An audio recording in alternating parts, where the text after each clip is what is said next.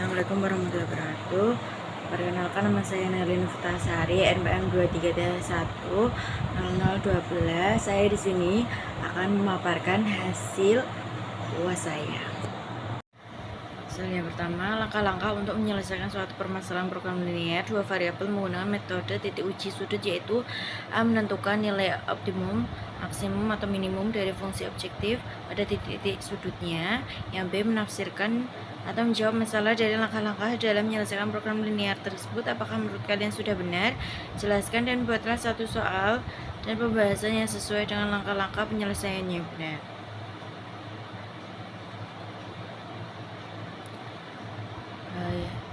Ini sudah benar.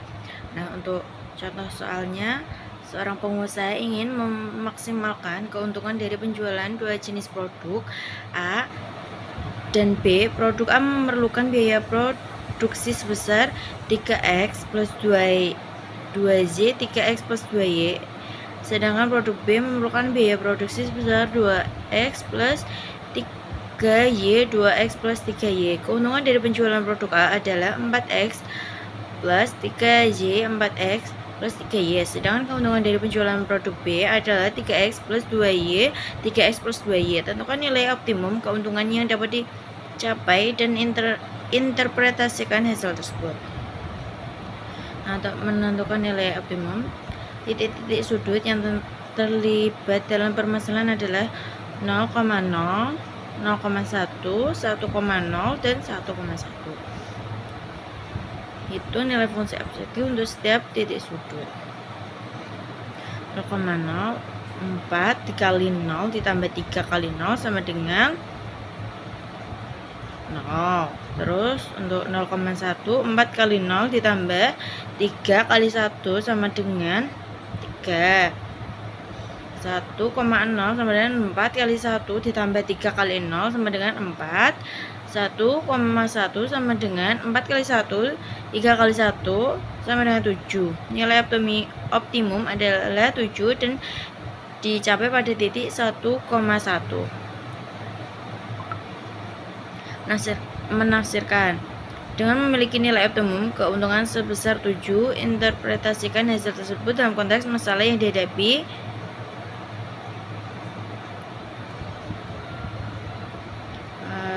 Untuk soal yang kedua, berdasarkan analisis yang mendalam terhadap tujuan pembelajaran dan standar proses pembelajaran matematika, NCTM 2000 mengemukakan standar mengajarkan konsep, prosedur, dan koneksi matematis siswa sekolah menengah sebagai berikut.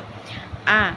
Mendalam dan berkokoh pemahaman siswa terhadap konsep, prinsip, dan proses matematis. B. Sajikan matematika sebagai suatu jaringan koneksi antar konsep dan prosedur matematika.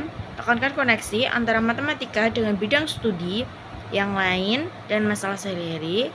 D. Libatkan siswa dalam tugas-tugas matematis yang mendorong tercapainya pemahaman konsep, prosedur, dan koneksi matematis.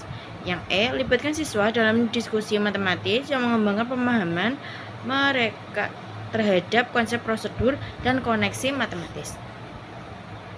Buat satu soal dan jawaban yang menerangkan poin B pada standar tersebut. A. Perdalam perkokoh pemahaman siswa terhadap konsep, prinsip, dan proses matematis. Menekankan pentingnya siswa memahami konsep, prinsip, dan proses matematis secara dalam dan kokoh. Hal ini dapat dilakukan dengan memberikan tugas memerlukan aplikasi konsep dan prosedur matematis dalam konteks yang relevan. Yang B. Sajikan matematika. Yang B. Jawabannya memandang matematika sebagai suatu sistem yang terintegrasi di mana konsep dan prosedur saling terkait. Guru harus memperlihatkan bagaimana konsep dan prosedur matematis dapat digunakan untuk memecahkan masalah dan memahami fenomena alamiah. Yang C. Menekankan pentingnya memperlihatkan bagaimana matematika dapat digunakan dalam berbagai bidang studi dan masalah sehari-hari.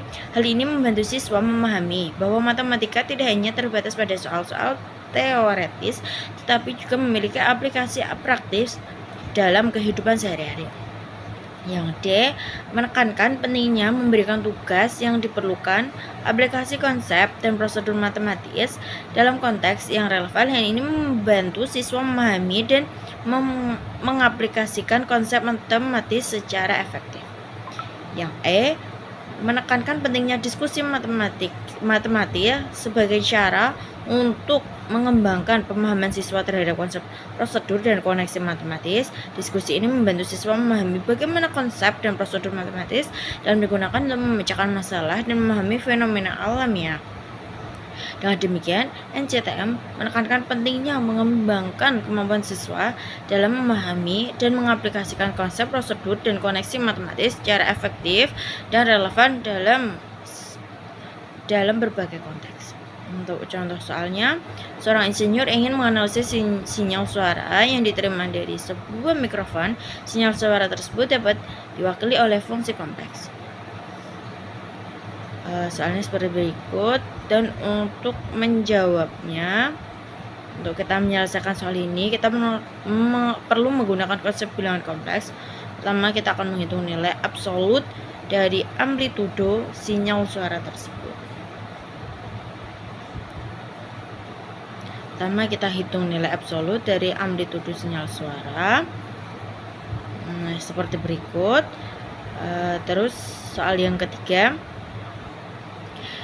Elsa membayar 40.000 untuk membeli 2 kerudung dan 4 bros, sedangkan Diana membayar 70.000 untuk membeli 3 kerudung atau bros tanpa mengetahui harga satu kerudung atau bros. Selidiki barang mana yang paling mahal. Jelaskan.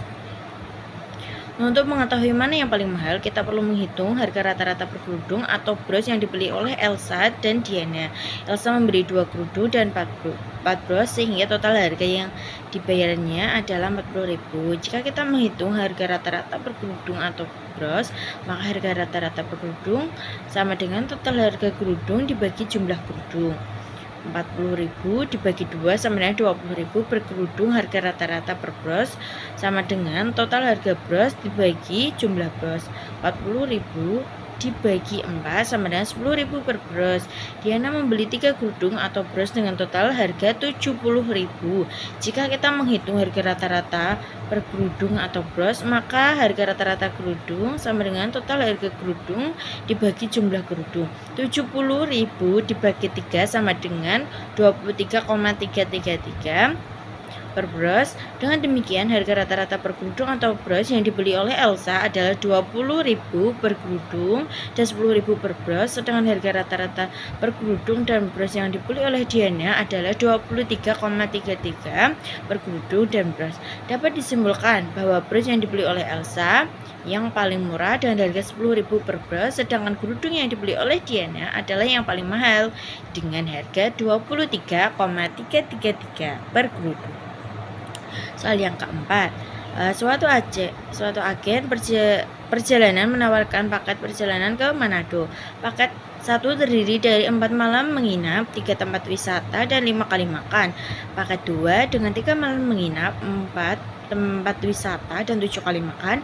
Paket 3 dengan 5 malam menginap, 4 tempat wisata, dan tidak disediakan makan. Sewa hotel 400.000 per malam, transportasi ke tiap tempat wisata 80.000 per orang, dan makan restoran yang akan ditunjuk 90.000 per orang. Nyatakan situasi di atas ke dalam bentuk matriks. Nyatakan matriks paket yang ditawarkan dengan menggunakan perkalian matriks. Tentukan matriks biaya tiap paket. Paket mana yang menawarkan biaya termurah? Jelaskan. Yang kita ketahui tadi, sewa hotel 400.000 per malam, transportasi ke tiap tempat wisata 80.000 per orang, makan di restoran yang ditunjuk 90.000 per orang. Nah, ini kan tadi kita bikin kolom pakai 1, 2, dan 3 hari menginap. Ini kan tadi yang sudah kita ketahui. Terus kita mencari matriksnya. Ini kan tadi 400.000, 80.000, 90.000. Terus yang B ini kita 4 kolom 1 4 35, kolom 2 344, kolom 3 570. Kenapa ini bisa kolomnya ini? Di hari menginap, tempat wisata, dan makan. kita kalikan silang, yaitu 4 kali 400 1600, 3 dikali 400 sama dengan 1200, 5 kali 400 sama dengan 2000, 3 dikali 80 sama dengan 240, 4 kali 80 sama dengan 320, 4 kali 80 sama dengan 320, 5 dikali 90 sama dengan 450, 7 dikali 90 sama dengan 630, 4 dikali 0 dikali 90 sama dengan 0. Terus kita jumlahkan 2000, 2290, 2150.000 dan 2320.000. Nah, kita sudah mendapatkan paketnya, yaitu untuk 2290 itu paket 1, untuk yang 2150 itu paket 2, dan untuk 2220 itu untuk paket yang ketiga. D. Paket dengan biaya termurah, yaitu paket 2.